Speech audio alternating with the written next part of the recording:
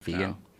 Dude, I was reading all the people that invested hundreds of millions of dollars into that scam blood test company. That blood test company story is crazy. Theranos. There was this woman, and they were calling her like the next Steve Jobs, the female Steve Jobs. She even dressed like him. She wore black turtlenecks. Really? Yeah, and she had become this self-made person. I think from college started this company, and then by the time she was like 40, whatever she was, when they busted her, she was worth $34 billion because of this blood testing thing that she had developed. And then as time went on, they realized that it didn't really work. And then all these people had invested, like Betsy DeVos, I think it was, and Warren Buffett. Yeah. Warren Buffett invested over $100 million. 125. Yeah, in this company that was bullshit. So they put these people's health at risk because they gave them these tests and the test didn't work. And they're showing that they kind of knew the test didn't work. But this is how this woman dressed all the time. It's really interesting, man. It's a really interesting story because when you see the amount of money that people invested into it, and then they're just shit out of luck. She went from being worth, I think she was worth something crazy, like the richest woman ever, or the richest self-made woman ever, something along those lines. I think she was worth like $34 billion at one point. Oh, she has a Twitter. Yeah, and then she's recently been charged with massive fraud. I don't know.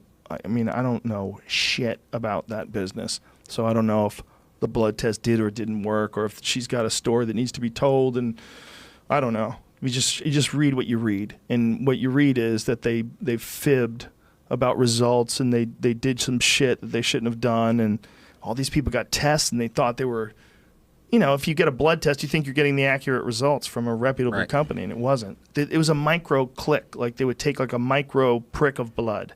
And they would take that blood and they would measure it, and that's how they would find whether you had diseases or not. Yeah, I use that one all the time. Richest self-made woman worth $4.5 billion. Okay, so why did I say 34? Wow, that's not even real. It's a lot. Who has that much? Like three guys. Zuckerberg, yeah, a couple other people. Okay, so she's worth $4 billion. That's still nothing to sneeze at. It's like a 2-bedroom I apartment. remembered a 4. I see a 4. Is it your father? Who is it? Who is it in the past? So this story, when it came out that all these people had invested hundreds of millions of dollars into it, it made me think, like, can you imagine how long it takes to make $100 million? To have $100 million to invest in something that's bullshit? Can you imagine, like, what it must feel to find out that shit didn't work? You're like, what? Like, yeah, you invested in a scam. It's all bullshit. What? Yeah, they're being charged with massive fraud. No.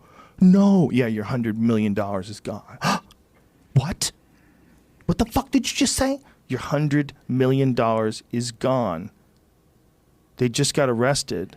She got charged with massive fraud. What? So she's in prison? It keeps happening in the crypto market with the ICOs, initial coin offerings is what it's called. People will make some sort of pitch and pitch people that their new startup is worth it. And instead of taking investor money, they take cryptocurrency, if you will, and then after they gain a bunch, they just disappear. Whoa. It happens almost every week now. Exit scammers run off with $660 million in ICO earnings. See, this is like what you were saying about the Nigerian people getting online and them not knowing certain scams, and it's like scammers find a way into every system. Mm-hmm. There's not tons of scams out there. They're just getting repurposed. They're just another trick. They just put a little twist on it, change the name, and it's a new scam. But it's all the same scam.